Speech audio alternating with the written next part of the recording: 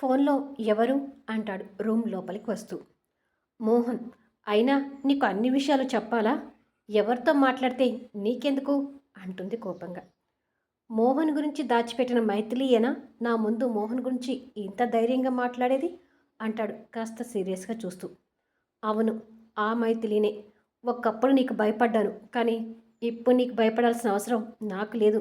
ఇంకా చెప్పాలంటే నువ్వే నాకు భయపడాలి. నా దగ్గర ఏ కాస్త తోక జాడించినా నా తనువుని నీ కోరికల కోసం కొనాలని చూశావని అమ్మమ్మ గారికి చెప్తాను అని అంటుంది. ఆ మాటలకి కళ్యాణ్ లోపల భయపడుతూనే పైకి మేకపోతు గాంభీర్యం నటిస్తూ, ఏంటి బెదిరిస్తున్నావా అని అడుగుతాడు.